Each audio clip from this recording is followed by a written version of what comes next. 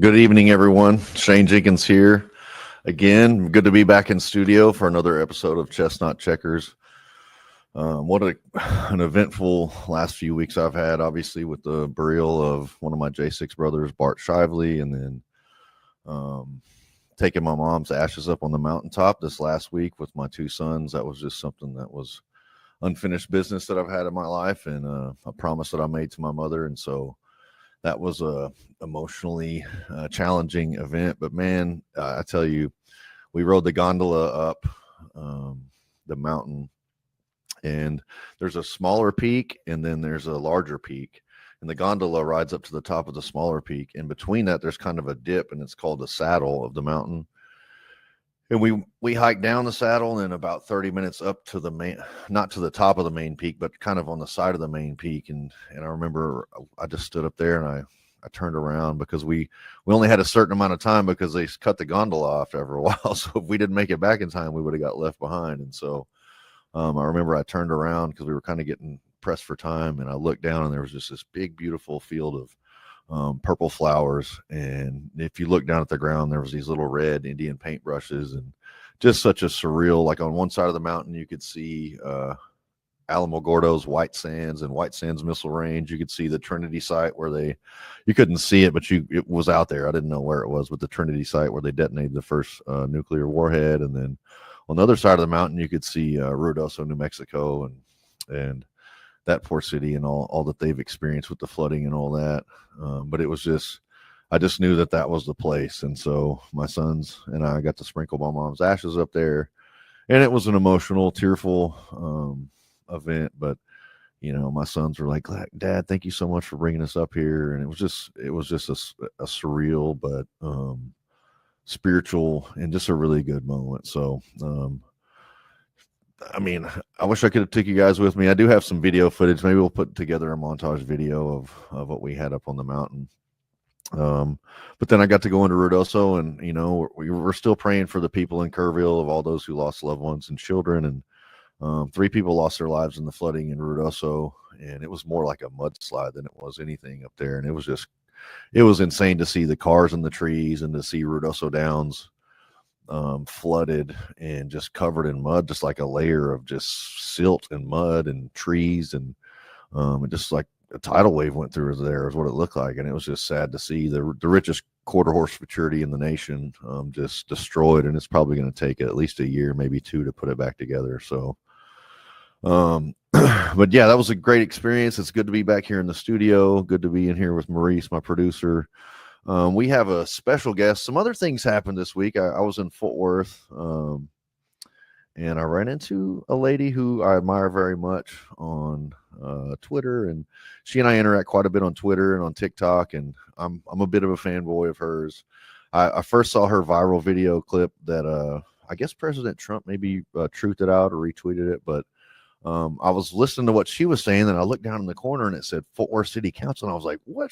She's from Fort Worth. And I was like, man, that's where I'm from. I've got to know. I need to figure out who this lady is. And so she and I have been in contact, and we filmed a little promo video for her to come on the show tonight. But she's representing, she is campaigning to take over the 33rd District of Texas to run for Congress.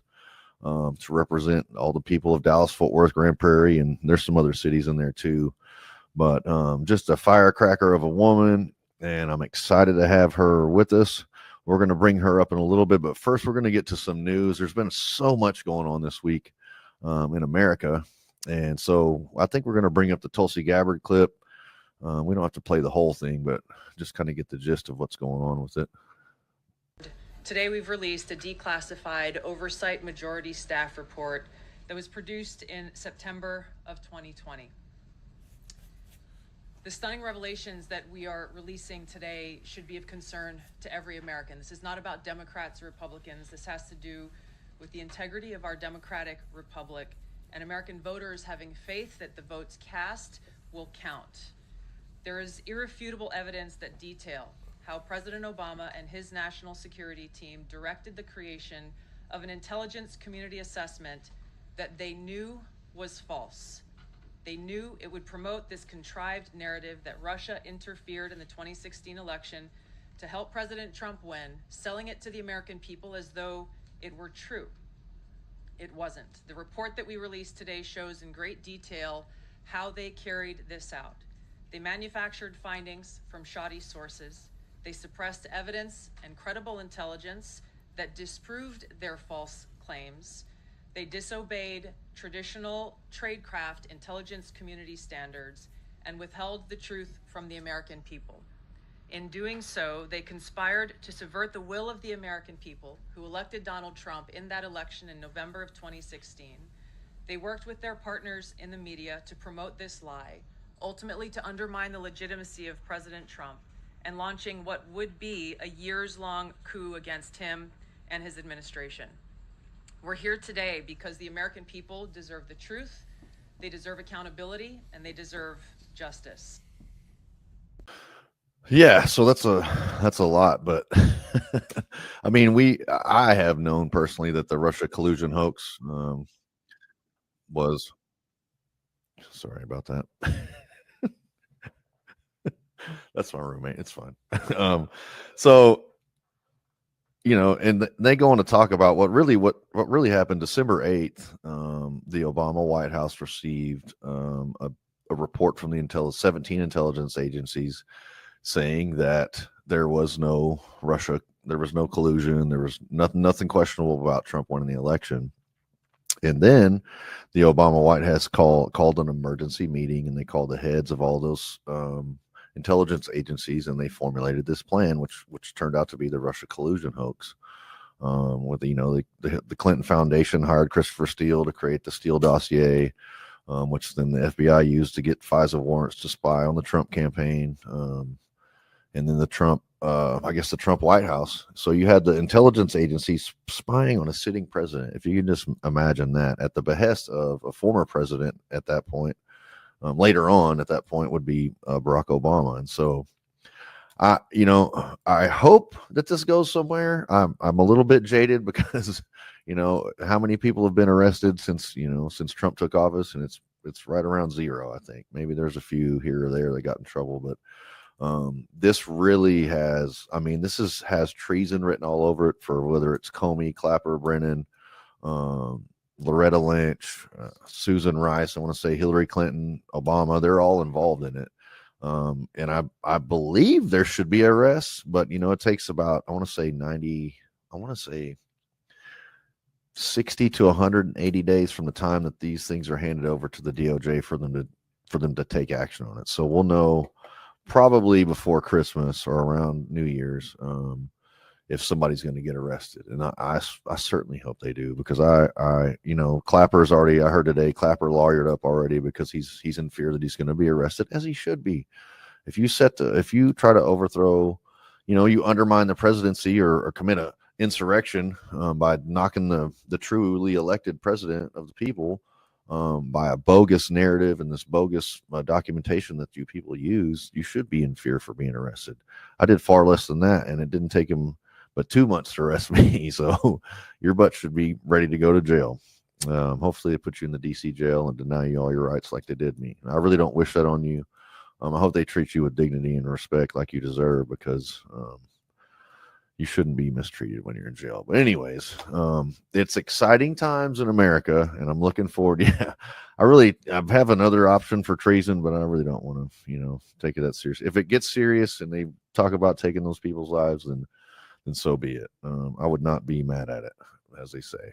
So what was the other thing we had? I guess we had Trump at the Treasury, or excuse me, at the Fed today with, and this is a funny video.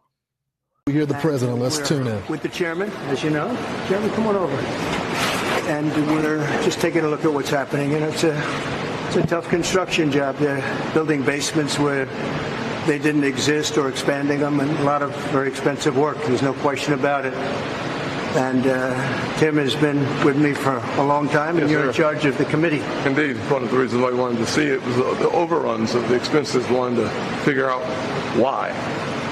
Yeah. So we're taking a look, and it looks like it's about $3.1 billion. It went up a little bit, or a lot. So the 2.7 is now 3.1. I'm not aware of that. Yeah, it just came out. Yeah, I haven't heard that from anybody at the Fed.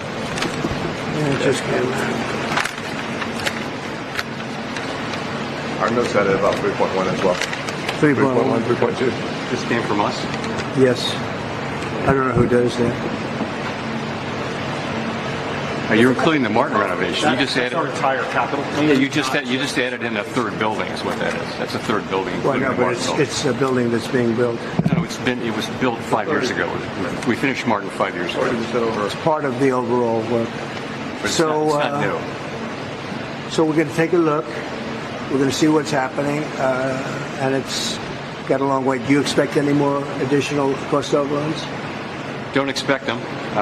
We're ready for them, but we have a little bit of a reserve that we may use. But no, we don't. Expect to be finished in 2027. We're well along, as you can see. Nice to take these off every once in a while when we're not under too much danger. So, any questions? Mr. President, does the issue give you any? As a real estate developer, what would you do with a project manager who would be over budget? So President Trump made his way down to the Fed to speak with the Fed chair, Jerome Powell, and because he's spending $2.7 billion to renovate the Fed, when I'm hoping that they do away with the freaking Fed. Good Lord. But this I don't think I've ever seen somebody more uncomfortable. Maybe Muriel Bowser or that lady who was at the White House when Trump was awarding her dad, like after he had passed away. He was giving his daughter the medal that her dad was supposed to receive, and she clearly was not a Trump fan. And then Muriel Bowser, but that guy, like Jerome Powell, did not look like he's like, no, I don't want to be here. And they probably drug him up there. He's like, you need to get up here. They're wasting 2.7 or 3.1 billion. That's $3,000 million. That is a ridiculous amount of money. There's no reason that you need to renovate. I've been across the building from the White House where like the staffers and stuff work at, and it's not run down, but it's definitely not new. And they didn't spend billions of dollars trying to renovate it either. They just go in there and they do their work, and they don't worry about what the building looks like because it's an office building. People are working in there.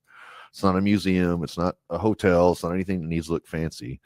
And you can't tell me that they're not wasting the taxpayer dollars. So I just wanted to share those couple clips. And I think without, you want to go ahead and play let's go ahead and run Sugar Creek Goods if you want to do that first, and then we'll bring Payton up. This is a word from our sponsors. Oh, hey, how's it going? Do you ever feel not so fresh? When I feel not so fresh, I use Sugar Creek Goods. Get the Freedom Bar at sugarcreekgoods.com. Sugar Creek Goods is a small family-owned business located in Indiana. Their goal is to use God's perfect and nourishing creation to produce quality, all-natural skincare products. They specialize in handcrafted, all-natural soaps and sundries, including facial toner, salt, scrubs, body butters, and many more. All products are made in the USA by American patriots.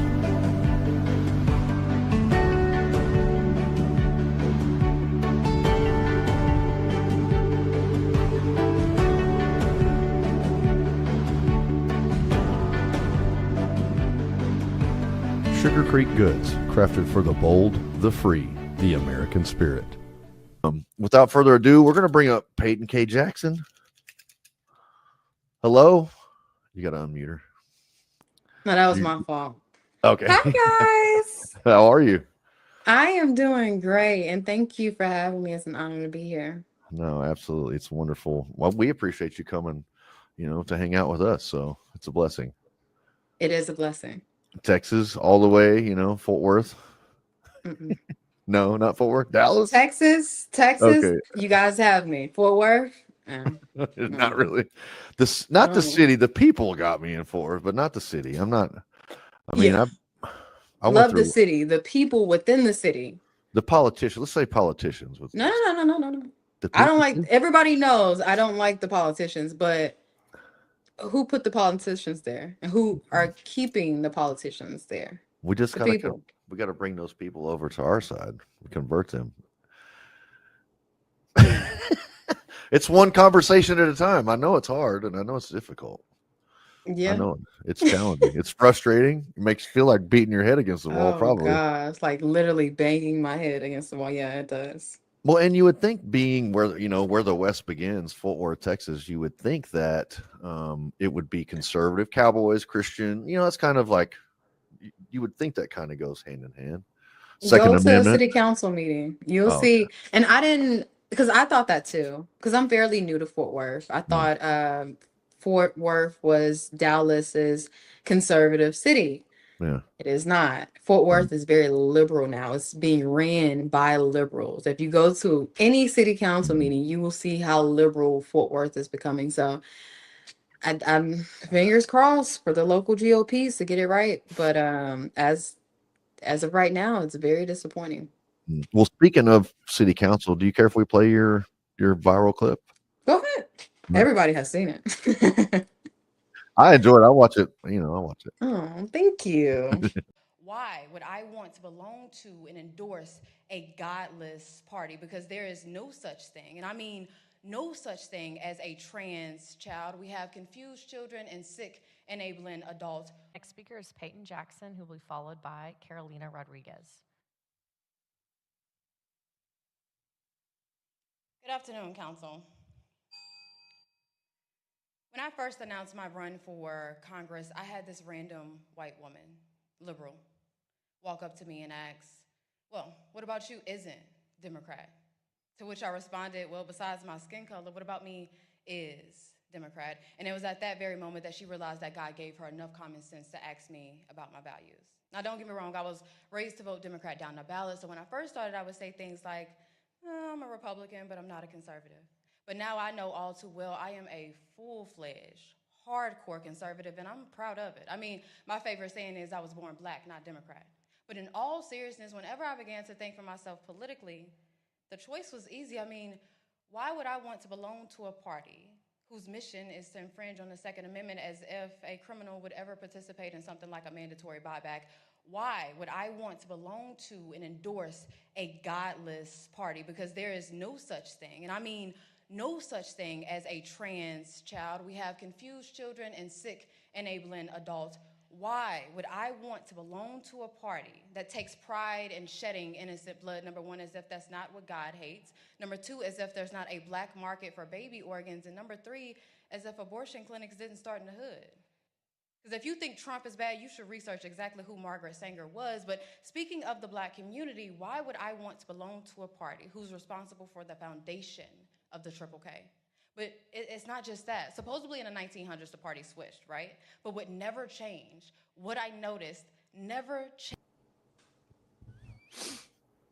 All right, cut us off a little bit early, but you get the gist of it. And you covered, I'm like taking notes on everything you covered: Second Amendment, godless, trans ideology, abortion, Margaret Sanger, and the KKK. You went down. Was that something you prepared, or was that something that you just off the cuff? Okay. No, so I'm a prepared speaker. I'm not really an off the cuff speaker, and you can tell when I have a prepared speech and just thinking from my head. But no, I prepared that months in advance, and like I do all of my speeches. But I originally wasn't going to give that speech because I know that I'm going to be running for quite some time now, and as of right now, everywhere, every address that I have, everywhere in any neighborhood that I live in, whether it's a city district or a congressional district, all of these districts are Democrats. So I thought about the speech, and I originally was not going to give it. But I'm glad that I did, because given that speech, it changed my life for the better, of course. What was your reason for going to give the speech? Is it was something you were preparing to launch your campaign, or you were? No, so I ran for city council a few months ago. So I just decided to go up and give one of my speeches. But when I ran for Congress the first time, that's one thing that I didn't do, because I know my speeches. Typically, at least one person in the crowd is going to be offended. And when you run for office, the goal isn't really to offend people. So yeah, when I ran for Congress the first time, I felt this way. Everything I said in that speech, I could have said 2 years ago.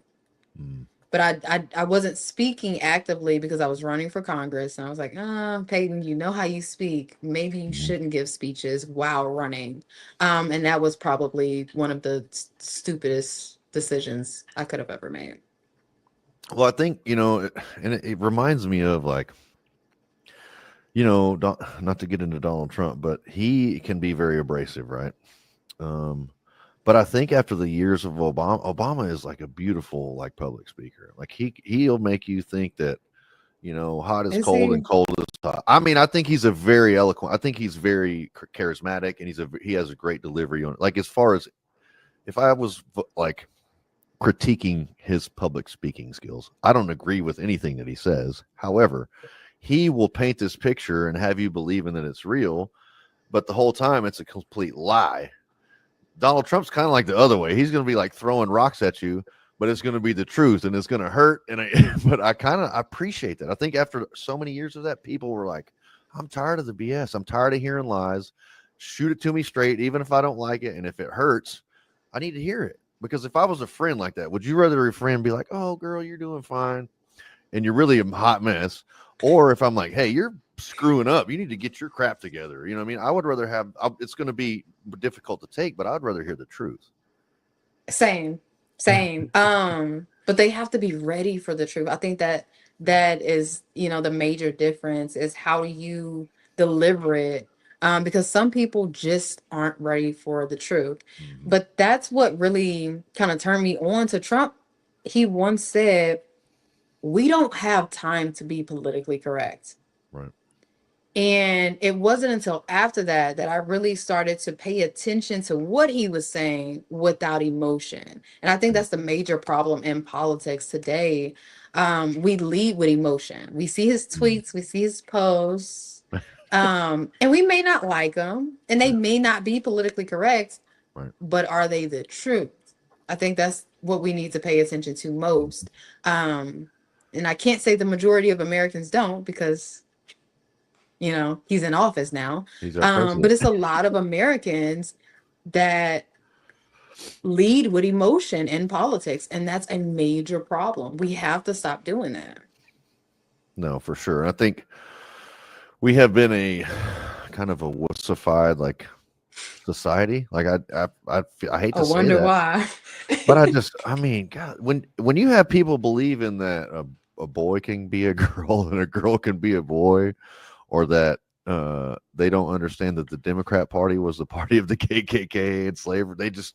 People are so deceived, and I get it. People, this is what people want to do. They want to look at their phone, and they want to go to work, and they want to pick the kids up from school, and they want to come home, and they want to watch their little Netflix show, and then they want to go to bed. They don't have the time. Yeah. No. I'm raising my hand to intercept. Go ahead. Intercept it. What did I say before we started recording? I haven't had a minute to myself since I woke up this morning. I work a full-time job. Mm-hmm. Today's my off day, and I didn't get a second to myself. Right. So what's the difference between me being now 29? I'm 29 years old. What's the difference between me and a 49-year-old who is watching Netflix right about now? No. You've never done anything major for your community. You're not even a precinct chair, let alone have you ever ran for office. You've never been to a city council meeting, never been to a school board meeting, county commissioners meeting. You're not looking at the special session going on right now. You've never typed in congress.gov to see what your representative is doing. So if I can do it, and I'm not being paid to go against the grain right now. Right. So I'm not a trust fund baby, meaning right. I do have to work a full-time job and do this. Right. And on top of that, everything is grassroots. So if I can do it, why can't voters? Well, so I think the key word that I said was they want to do this. They want to go home, and they want to raise their kids. What they need to be doing is what you just laid out for us. They need to be running, whether it's for dog catcher, city council, school board, precinct committeeman, whatever it is. And that's what. If you're conservative, if you're liberal, keep right. doing exactly what you're doing. Yeah. Turn on Netflix, please. Do not run for office if you're liberal. We don't need more of those.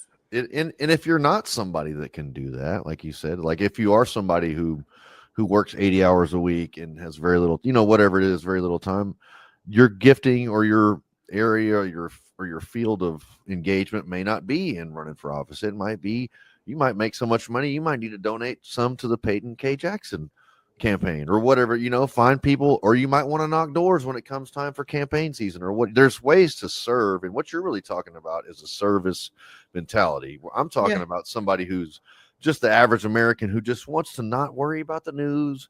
They just want to go home, close the door, and that's the rest of the outside world is gone until they have to go to work the next day, which is how we end up where we are right now, because we really have been just a passive, like just kind of disengaged. They've distracted us with whether it's NFL, NBA, or whether it's Netflix in our phones or whatever it is, to where we're not, and I like to say this all the time. Benjamin Franklin said, you have a republic if you can keep it.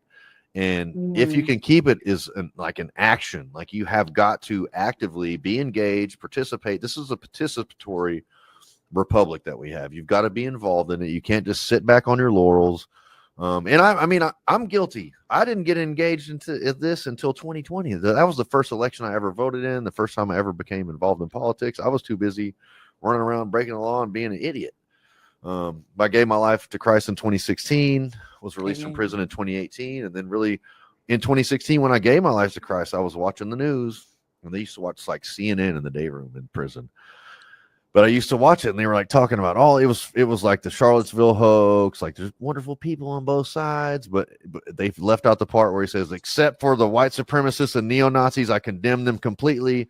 But they cut that off on the tail end and left it. And so people were deceived by that. And so, and I didn't even know that they cut that until very recently. Yeah. I think this was after the election that I voted for him, and that I seen the full clip. I'm like, why would y'all cut that? Yeah. But I mean, it's their agenda. They took it out of context and they used it as a bludgeon against Donald Trump. It's like everything else they did. They spied on him, like lied on him, took things out of context. It was just one thing after another. It was exhausting for me. And like to see the final product, like from 2016 for me until like this last year, whether it was the assassination attempts or the impeachments or whatever it was, I'm just like, good Lord, I'm wore out. Like I want to give up for you. Like we got beat down. The J6ers got beat down by the government for 4 years, and it was exhausting. But nothing like what I feel like that man went through. So let's get off of that. I just want to kind of get like a backstory. Who is Payton K. Jackson? Where are you from? You can shout out your school or not or whatever. I just kind of like, did you grow up? Two parents, single parent? What's the deal? Payton K. Jackson is a now 29-year-old woman, originally born in Baton Rouge, Louisiana. Okay. She migrated to Texas legally. She migrated to Texas after Hurricane Katrina. Okay. To South Dallas. Finished school in Dallas, and then after I became grown and decided to have a child out of wedlock, I moved to Fort Worth. Okay. Very new to Fort Worth. I've been here since 2021. And I began speaking politically. The first speech that I gave at City Council was against our police department because a 100-page panel was done in regard to police conducts in the city of Fort Worth. I read that and I was furious, despite never having a problem with our police department.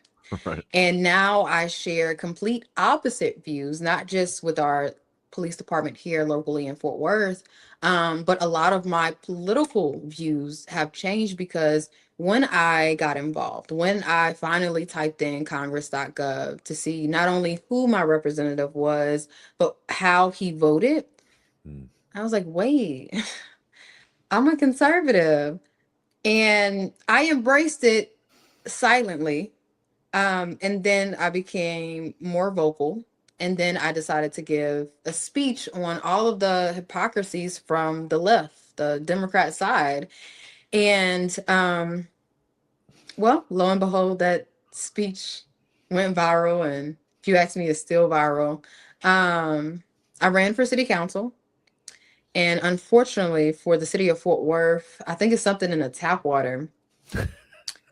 They did not choose me. Came in dead last. But the night that the results came in, election day, election night, I announced my bid yet again for Congress, this is my second time running for Congress. Because I wanted people to know it's okay if you lose an election. I want a lot of young people to get involved, to put themselves in a position to run. But if you are not successful, knowing that you're going against a system, knowing that no one is walking you in, and God forbid you challenge an incumbent. But even if you go for an open seat, no seat is really open. Everyone is walked into these seats. So if you're brave enough, um, to break into the system, understand that if you lose, it's okay. Dust yourself off, figure out what you did wrong, and keep it moving. And yeah, now I'm here running for District 33 yet again. And right now we are in the middle of redrawing, well, not we, because I don't have a say so, but they're in the middle of redrawing the maps for District 33. So I'm excited to see who's now in my district in about 20 more days. Okay. So we'll patiently wait on. I got a few questions for you though. So, um, and you said though you might lose, but just as though a righteous man might fall or a woman might fall, though they should get back up, right? You get back up, you keep on going, you don't stay down, you don't beat yourself up over, you get back in the fight. And so, absolutely, what was it like? Because you have also in that video you said I was born black, not Democrat, right? So, and I think that's not the norm in the African American community. Typically, black people vote Democrat, right? I guess I don't know what the percentages are on that, but I'm assuming that's correct. What was that like? You're kind of like I don't know, it's kind of a bad term, but your coming out moment. Was that, did you lose friends and family? And well, people knew I was Republican before I gave that speech. They knew I was conservative. It's just the rest of the nation found out that I was conservative. My family definitely knew. A lot of them are still Democrats. It's just a known rule that we don't talk about politics at family dinners anymore. Okay. Now I can tell you it did not help in the seat that I was running in when I gave that speech, but the race that I was running in at that time was nonpartisan. And as much as Democrats try and pride themselves on being the nonpartisan party, they are the most partisan. So how dare you identify as anything outside of Democrat and you're black? So while I've received a lot of pushback from the black community, I still haven't heard a rebuttal. The only rebuttal that I have is that I mispronounced the word ask.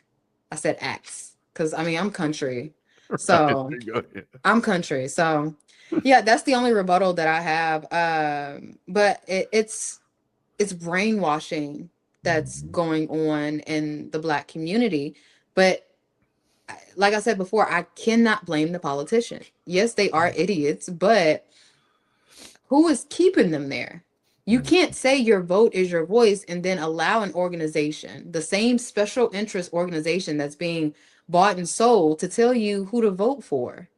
If your vote is your voice, go and do the research, reach out to these candidates. And to be fair, the candidates and the politicians should be knocking on doors, but they aren't because voters know, they know that voters won't hold them accountable.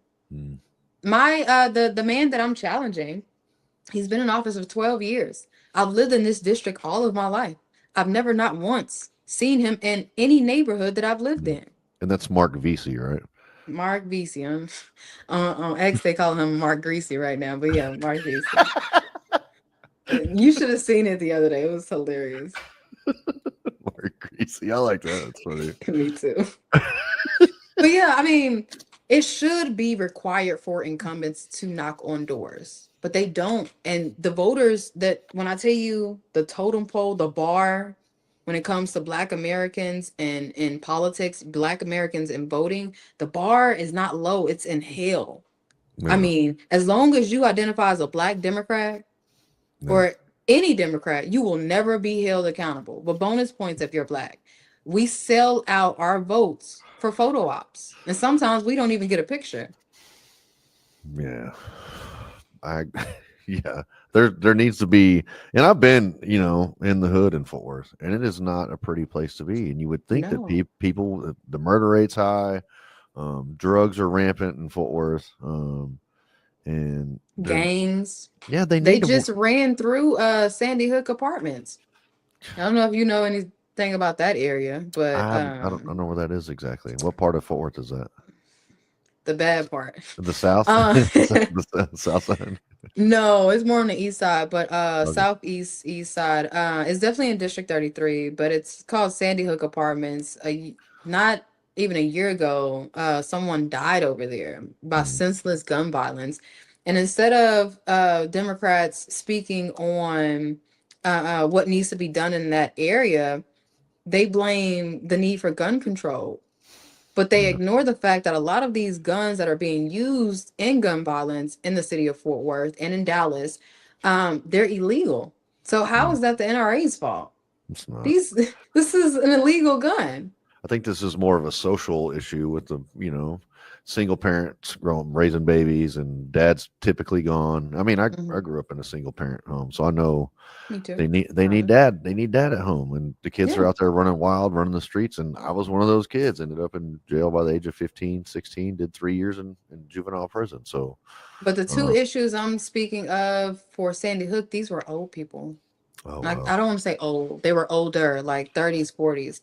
So I mean it we need um more control on crime, but I literally just left a meeting with a judge and somebody got sentenced to life today. I'm like, whoa, okay. So I Um, mean, we have the Republicans putting the bad guys away, but when we hear judges say, okay, well, I sentenced somebody to life without parole today, we jump back and was like, why would you do that? He needs to go to jail. Why he needs right, to go to prison? Why are you defending him? right. Um, but I mean, it just takes an open mind, Mhm, specifically from the Black community. I don't want to group everyone together because the Black men, from what I've seen, they're standing up. mhm, The major problem is from the Black women when it mhm. comes to politics. No, for sure. Well, so I want to shift gears a little bit. So you are a believer, Ah, right? yes, When did I am you? a servant of God. I fear Him for the first time in my life. Right. Yes. So I actually had to be back down here for that's why I had to leave Fort Worth the other day. But I met with my mentor, and he asked me a question. Maybe I'll ask you. He said, "What is more important? Is it to obey God or is it to pray?" I would say obey. Yeah, obedience is most important. And he said he's a state championship winning basketball coach, and he said this is I like to use this basketball analogy. If I've got a player out on the court and he's messing up, running all the plays wrong, and doing everything he's not supposed to be doing, then he wants to come over on the sideline and wants to talk to me. And he's like, I'm gonna tell him, nope, get your butt down on the end of the bench. I don't want to talk to you. And that's like us. We want to go out here and live our lives and ruin all the plays and mess everything up. Then when we get it down on our knees and say, Lord, I'm sorry, forgive me, like, nope, get your butt down there on the end of that bench. And I just That thought was that the was, old me. yeah, that's just a really good analogy for, we need to I'm gonna say I need to be obedient to his word and his call on my life. And so I just thought that was a really good analogy. So have you always been a believer, or I mean, So I was raised in church, but okay, I left church because I didn't like church culture. okay, And I know it's bad to say if you don't understand what I'm saying, but I left church right around the time that I graduated. okay, I just didn't agree with how judgmental that particular church was. And then I came back to church, but it was within the city of Fort Worth.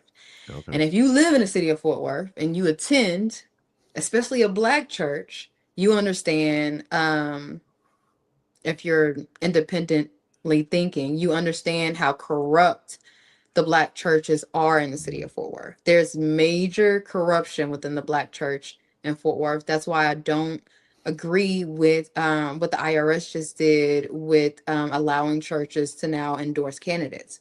Mhm. Now, if it's a true conservative church, meaning you practice what you preach. Right. Great.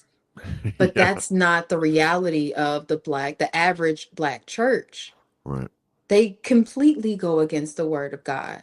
You cannot say that you you are a follower of Christ, or you are obedient to his word, and you support abortion. You support trans kids. God didn't make any mistakes. How dare you? That's right. So I don't agree with it. And I don't agree with it because most congregations, they cannot decipher between a bad pastor and how he conflicts with the word of God. They follow blindly.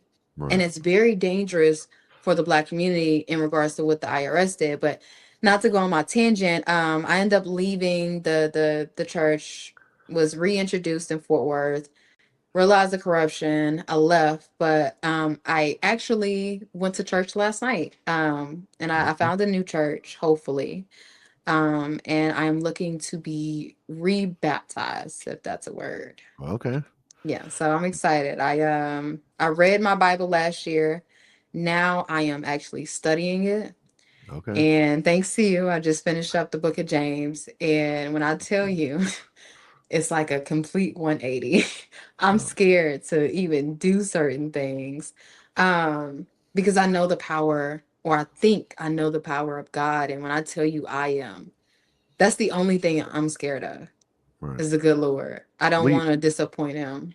well, when he has a call in your life too, you don't want to take that Oh, for yeah. granted, and you don't want to No. lose that favor. Not that he's going to turn his back on you, but you don't want to. You want to walk according to his purpose. And again, like we Right. talked about earlier, obedience I think is very important, and that's an area I definitely am working on right now. Me too. It's been a little bit a rough road the last. I got out 6 months ago, and it's been a challenge. It's been a rough road, You but just got out yeah, I was released by President Trump on January 20th of this year. I've been out this year. this year. I did 46 and a half months in federal prison for.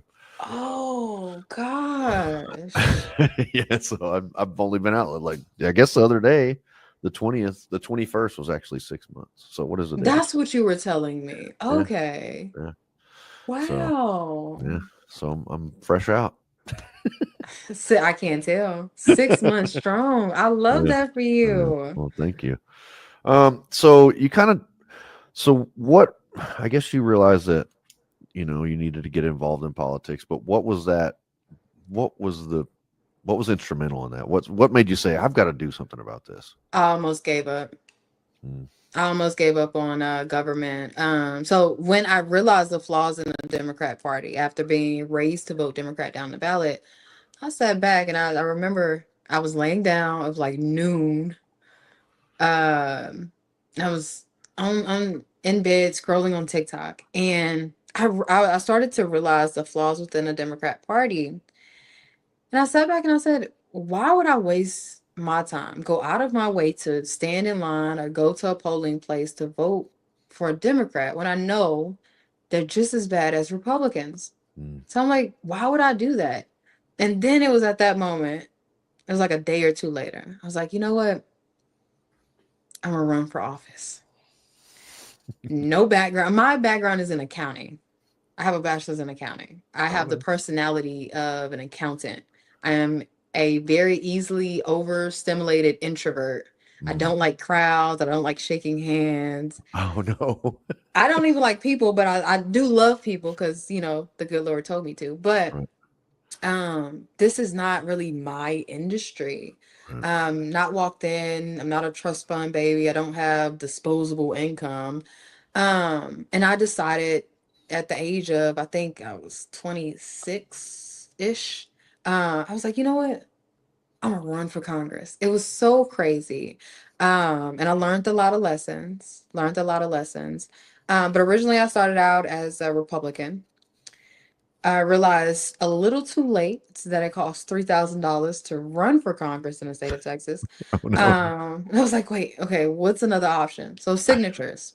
Ended up collecting signatures as an independent and was taken off of the ballot very last minute. They had my paperwork for almost 2 months, and they took me off the ballot last year on August 5th. So when I give my next speech on August 5th, city council, that'll actually be my anniversary. That was the one of the worst days of my 2024, when they took me off the ballot, because people bring these petitions to events, where a lot of people are, so they can, get a lot of signatures in one place. That's not what I did. Right. In the winter, spring, and summer, I collected signatures door by door. Mm. It was very hard. I wasted a lot of gas money. I was paying for my own campaign at that point. And when they took me off of the ballot, I had no money left. I didn't even have gas money to redo it all. And I remember I was at Texas Western and I dropped down to my knees, sobbing, because all of the hard work that I had done 9 months or a year prior to that was just taken away within a blink of an eye. But I want to give young people the embrace that I didn't get, because I originally thought I was getting into politics for the Black community. I got to do this for my people. Mm. No, no. And I didn't get that embrace from the Black community. It was really the Hispanic community that embraced me. But I want to embrace all young people. I don't care what skin color you have. Right. Get into politics if you're conservative. If you're liberal, just stay on TikTok and Netflix.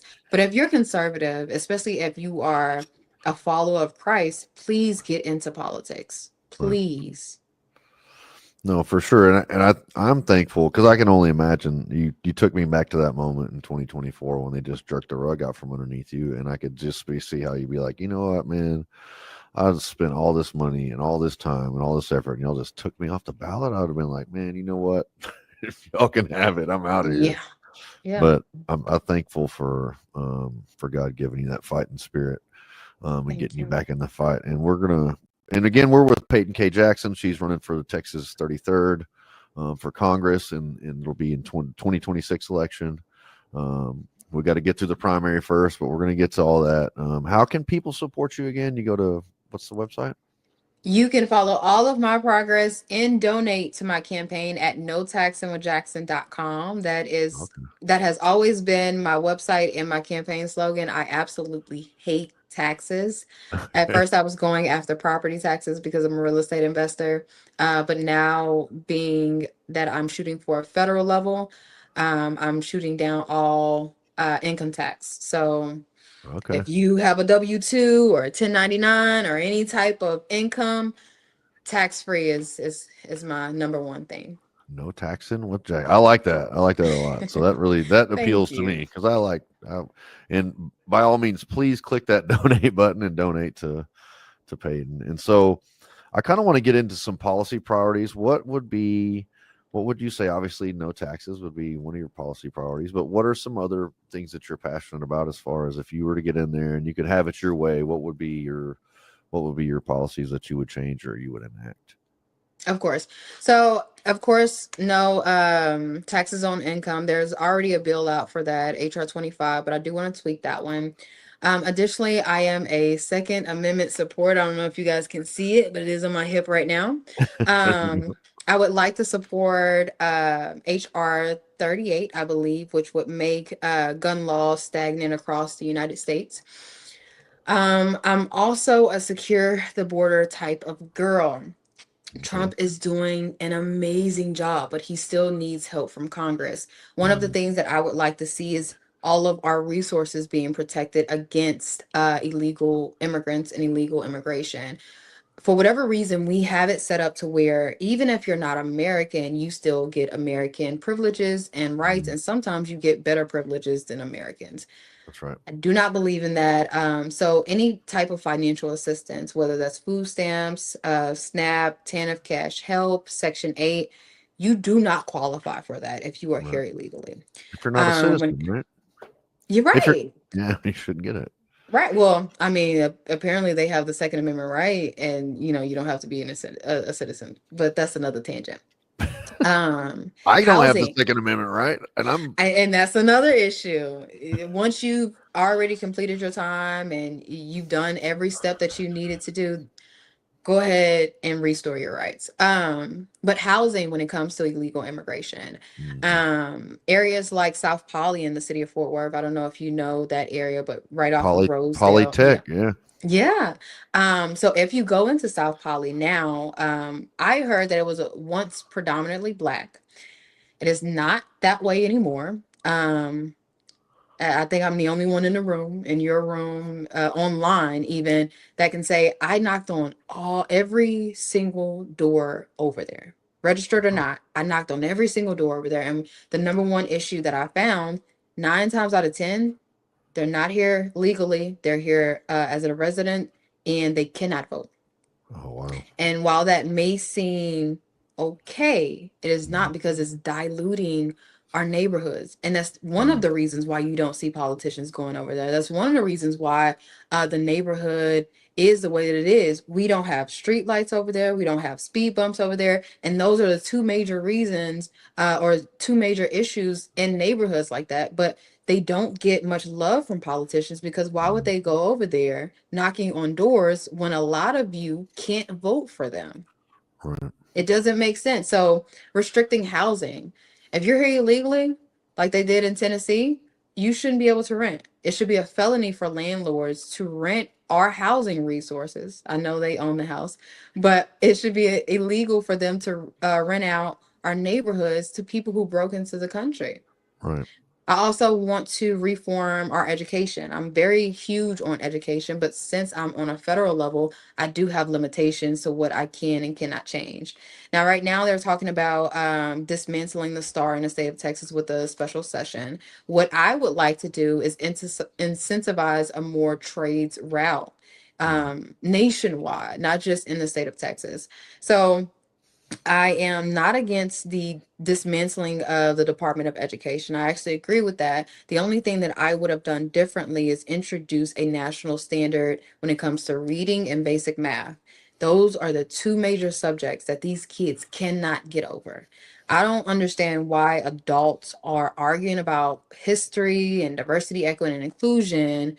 Why argue about subjects that these kids need to read when the kids can't read? Half of Fort Worth ISD cannot read on grade level, and that's a problem. And that brings me to my next issue on illegal immigration. It's not just housing or jobs that are being affected, it's also education. The public school system is already failing, not just in the city of Fort Worth, not just in Dallas or any of the 10 other cities within District 33. Nationwide, our public school system is failing. But when you look at areas like Fort Worth ISD, half of the kids enrolled into that school district, they're here illegally. So how can we possibly prioritize Native Americans, like people born here in America? Citizens, yeah. Right, citizens. And they're taking they have to have Spanish speaking teachers and they're allocating all this money for these other teachers for these kids who are here illegally when they shouldn't have any of those kids in the classroom to begin with.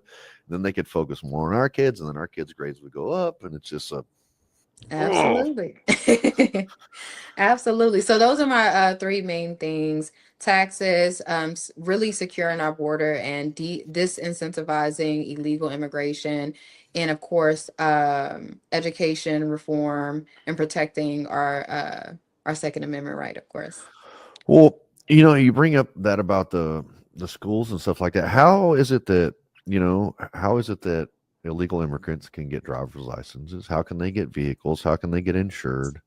All these different things that, like, you would think that there would be some kind of loophole. They're getting hired at jobs, or taking up jobs and positions that Americans should be getting in it. And there's going to be a reckoning, because I know, like, a lot of these jobs that they're working, people are not going to work. Okay, nobody's going to want to go fill those positions. So whatever. So these businesses are going to have to adapt, and they're going to have to raise up their pay rates, and they're going to have to charge more. There's going to be but we need to get to that point. We need to reallocate all these positions and these jobs for American citizens. And it just is something that we have to do. We've been scraping by illegally for too long, and we've been suffering as a result of it. And it's frustrating and it's annoying, and I think it's time that it's frustrating to see them housing all these illegal immigrants whenever In our hotels, and in our veterans, 5-star yeah, hotels. our veterans need these resources allocated to them, whether it's to the VA, whether it's to veteran housing programs, whether it's to help them get off drugs, to get off the streets, whatever it is. All those things would be helping our vets or just our homeless American citizens in general. Well, like you just said, it's not that and I hate that people like Kamala Harris and Jasmine Crockett, they sell this narrative that we don't want the jobs. We don't want that pay. We Right. don't want that wage. It's not that we don't want the job. Right. I was without a job for about a year. I was wrongfully terminated from MHMR, which is the mental health agency in Tarrant County. Mm-hmm. After that, I went a whole year without a job. I would have begged for any one of those jobs Right. that Jasmine Crockett is talking about. Yeah. But the thing is, I can't survive off of $2 a day or $2 an hour. Yeah. So can we increase the wage and make it work? It's not that Americans don't want these jobs. We aren't even offered these jobs because you can keep the wage low by in hiring illegal immigrants. And until we federally mandate e-verify, which would make it impossible to hire illegal immigrants, nothing will change. No, that's right. Well, you have a speaking engagement coming up in what is it, a week, less than a week or something like that? A week and a half. Yeah, I'm ready. Oh, I'm So, ready for this. and this is going to be back to the scene of the crime for the Fort Worth City Council, right? Is that where you're going? For the last time. For the last time? Okay. Yeah, this is my last time. So the liberals on Fort Worth City Council are trying to stop the dismantling of diversity, equity, and inclusion. Which was supposed to be dismantled by presidential order, right? Yes. Correct? Okay. Yes. So they are facing a $277 million lawsuit, as if this city needs another lawsuit. And who is suing the city on that? That I don't know. Okay. That I don't know. But it brings me back to the point that people really think that Fort Worth is a conservative city. Dallas already said, okay, we're going to go ahead and toss this out. They already scrubbed the verbiage from our schools and our local government in Dallas. In Fort Worth, they're dragging it, not just on a school level, but on the city council level. So with the newly appointed, not appointed, but the newly elected liberals on the city council now, they're really dragging the dismantle. So I'll be there for the last time on August 5th at 6:00. I think it's 100 Fort Worth Trail is the new city hall. This will be my last speech for Fort Worth City Council, and I will be speaking for roughly 3 minutes, unless they change the time again like last time, on why we don't need diversity, equity, and inclusion. And you think living in the year 2025, we know why we don't need diversity, equity, and inclusion. But I think it's the fact that Black people think that the program is for them, and it's not. But yeah, so I'm excited. I want to invite all conservatives. If you can make it, I don't care where you live. If you can make it to Fort Worth City Council on August 5th at 6:00, I welcome you. And if you want to have a small conversation after my speech, then I am more than welcome to do that. But I mean, Mayor Parker, she needs help. She's not like a hardcore conservative, but she definitely needs help, and I don't think that she has the support of the We have a local GOPs. conservative mayor in Fort Worth. No. Okay. We have a Republican mayor. She's not a conservative. Okay. She is not conservative, but she is Republican. Okay.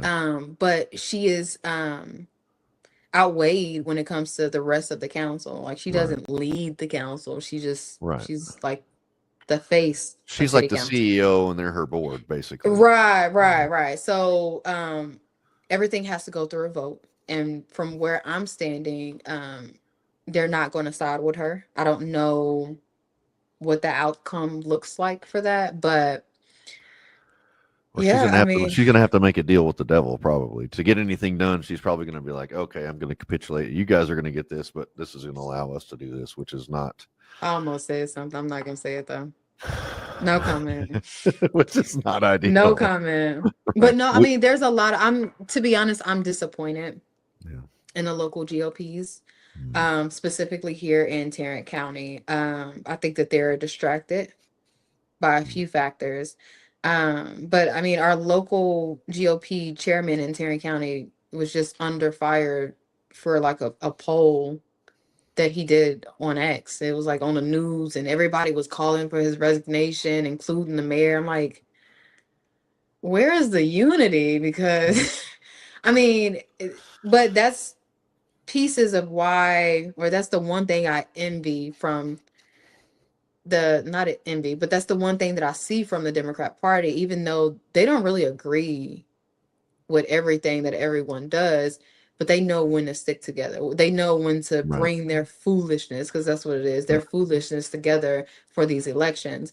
They Mm, won the local elections across the board this last session. They won school board, they won city councils in North Texas. So yeah. although we're winning on a state level and on a federal level as conservatives, we have to keep an eye on them, and Yeah. especially cities like Fort Worth. That's the 11th largest city in this nation, Mm. and it's been ran by liberals, and that just doesn't sit right with me. Well, I think there's more of a, and people don't really realize the conundrum or the problem that Texas has. Like, in the conservatives or Republicans in the state house Mm. are a hot mess, and so Oh God. it's really a bottom up. Like, you can have you guys, they're like, you Republicans can have the mayor seat, but we're going to control all the people who hold all the purse strings and control everything underneath you. So it's really more like Right. you're in a figurehead position. We're going to control everything that really matters. And so I think that's like a strategy, but also the state house, like these people, I really like Ken Paxton. I hope he wins. I hope he knocks John Cornyn out Me of the too. Senate. Me And I'm too. I'm cheering him for that. And they've weaponized the machine against him, the Texas State House and all that. Hmm. But we just Texas is on the precipice, I feel like, of a really dark turn. Like, we're not, we like to argue that we're more conservative than Florida, and I beg to differ. I feel like No, no, no, Florida. no, no, no, no, no. I just went to Florida, and I'm Yeah. thinking about moving there because I realize how conservative they Yeah. are. Yeah. Oh my gosh, I love Florida. Yeah. They're number one. They're number Yeah. one. I can't say, I know Texas, don't get mad at me, Texans. I still have Texan pride, but I am transparent. I do have to be honest. Yeah. Fort Worth, I mean, not Fort Worth, Florida is winning right now. They're really trying to push to eliminate property taxes when we just talk about it in Texas. Like, Yeah. it's on the list for the special session, I believe. Mhm. But I mean, they're just gonna talk about it. Yeah. Literally. And that's something that really goes against, really, in me, like, it used to be life, liberty, and the pursuit of property, but they changed it to the pursuit of happiness. Really? I guess they amended it, yeah. And so, because you can never own property because you're going to have to pay taxes in That's the perpetuity. problem. And Yeah. it's like, I didn't realize that until I owned a home in North Fort Worth off of North Tarrant Parkway and 35 over there. And so, and then they inflated the value of the house, which made my taxes more. And then I had to go dispute it with the tax department. And then they lowered the value of my house. It was just this whole thing. And a lot of Did you have people. an HOA? Oh, absolutely. Which Oh. which is ridiculous. I don't know who made that a rule. How So that's legal. I despise HOAs, but after purchasing a property without an HOA, I realized code compliance is just as bad. Yeah. It's just the government's HOA. I mean, I see a need for, you don't want people with junk all in front of it. I get it, because it's going to affect your property value. People need to have their yards down because of rodents and insect infestation or whatever. Those need to be enforced. But other than Right. that, like, when you tell me my trash can was in the driveway and it needed to be on the side of the house, and we're going to have to fine you if you do this again, or like, I'm just like, I pay the HOA to do that to me? Like, They don't even warn you though. no. They don't even warn. Well, they didn't warn me. They put out a warrant out for my arrest because of a decaying tree branch. So, I mean, I'm against code compliance and HOA. So you're an outlaw too, then, is what you're saying. That's my campaign song, Outlaw and Outsiders. Code compliance outlaw. Yeah. They hate me. Payton It's K. okay. Jackson. Well, again, we're with Payton K. Jackson running for the Texas 33rd. You can go to No Taxing with Jackson. That's No Taxing with Jackson. I think I put No Taxing with no G on it earlier on my Twitter. But that's No Taxing with Jackson dot com, right? Yes. Okay. .com. Please go out and support Payton. She is a patriot and she is behind enemy lines there in Fort Worth. I can assure you of that because I grew up there. And we're cheering for you. I'm going to give you, like, if there's anything else you feel like that you need to say or that you didn't get to say, feel free to say it now.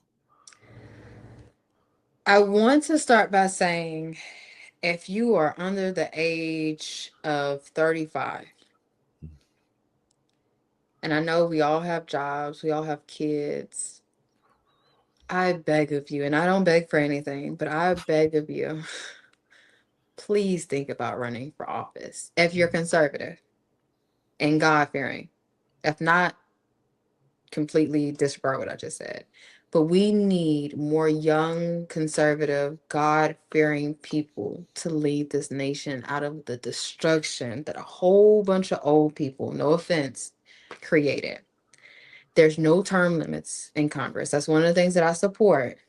But every bill that I create, every bill that I introduce, I'm going to need support from. I have hate coming from both sides, both conservatives in Tarrant County and in District 33, both Democrats in Tarrant County and in District 33 despise me. The Democrats despise me because, I mean, duh. But the conservatives, some conservatives don't like me because they know that I am not the establishment candidate. I don't take money from PACs. I don't take money from any lobbies. I don't take any special interest money. So I am seeking for more young people to get involved because it cannot just be me. It cannot just be me. You qualify to run for office for some seats, I believe at 18, more seats at 21. Definitely for Congress is 25. Please run for office. I know you have a job. I know you have kids. You have other things to do. I know this is not your industry, but it has to be more than just me. And right now, even though I live in the state of Texas, even though I am conservative, I literally feel like it's just me. I have a lot of support online, thank God. All of the conservatives found me after that speech, but I need more local support. Which brings me to my next point. I don't care where you live in the United States, but especially if you live in Fort Worth, Dallas, anywhere in between, or somewhere in North Texas, if you are free, or if you can make yourself free on August 5th at 6 o'clock, please give me 3 minutes of your time just so I can show everybody why we don't need diversity, equity, and inclusion. I need more support locally. When I went to Tampa, I got all the support that I needed. Everybody knew who I was. It was amazing. I felt like I was around nothing but family. I need more of that support to show up in North Texas. Because if not, don't be mad when I move, okay? So please. But no, seriously, if you guys want to support me in any way, shape, or form, or just want to keep up with my progress, you can do so at www.notaxandwithjackson.com. Thank you. Well, and I want to echo that sentiment. You know, if you're a conservative, a Republican, a Christian, a believer, and you want to have a seat at the table, you've got to elect people like Payton K. Jackson, or you yourself have got to put yourself on the field and get out there and get in the trenches and fight for a seat at the table, because you see what these demonic, evil, transgender ideology, gun grabbing, open border policy having, like, no good, low down, dirty scoundrels are doing to us in America. And we've got to have a seat at the table, and that's what I love about Donald Trump. He's a businessman, and I feel like he puts us at the table, the people first, not Donald Trump. He puts the people at the table, and that's something that I know that you're going to do. And again, like I always like to say, we have a republic if we can keep it, and keeping it means we've got to be engaged. You've got to be active. It doesn't matter if you're running for dog catcher or parking enforcement or code enforcement or whatever it is. You've got to get involved and you've got to run for these, or serve or donate money or support people like Payton who are taking it, or who have a servant's heart. And that's something that, if you're a believer, especially, Christ laid down his life for the body of Christ. He laid down his life for the body. For all of us. And so that's a servant mentality, and servant leadership is what we need. Servant leaders lead to see others succeed. And whenever you're in office and you serve, you're doing it for the people back home. You're not doing it for yourself, not doing it for your viral clips, not doing it for your notoriety, not to fill your bank account. You're doing it for the people back home so they can live their lives and so they can be successful and so they can so they can be entrusted with the things that they should be getting to American citizens, not to illegals and not to people who don't deserve it. And so I'm so blessed. And I tell you what, my son's name is Payton, and it was funny. You're like Payton and Payton, and it was really good. He was thrilled to meet you. And I'm cheering for you. And if there's anything we can do, I am going to do my best to make it to your August 5th speech. I would love to be there to support you. And we will support you, and you always have a place here. And if there's something that changes, I know as the primary draws closer, we want to help you get your message out or whatever. And we want to try to push for President Trump to give you an endorsement, because I really think that would be a boost to your campaign and bring some donors and some people that are willing to fight alongside of you, do some door knocking and stuff like that. So you always have a place. You're a hometown girl for me, and I got a lot of love for you. Thank you so much for coming on the show. Thank you. It was an honor. I mean, he posted the speech, so I just don't know. I don't think he knows that I'm running. So right, we can get that in his ear. Hey, you remember you posted her speech? Right. She's running for Congress. So that's all we need to get, in front of Trump. But yeah, we have some people in his sphere, and we are going to do our best. And I don't know if maybe we could do a promo video or something like that, but we want to try to get it in front of him so he knows. I don't know if he's endorsed the other candidate running against you in the primary or not. No. Okay. But he did push for this redistricting. Okay. So I mean, it's all working in my favor. I think we've got some action. We'll continue to communicate and talk about that. But again, thank you so much for coming on, and we're cheering for you. And if there's ever anything we can do, please reach out to me. Thank you. God bless you. God bless you.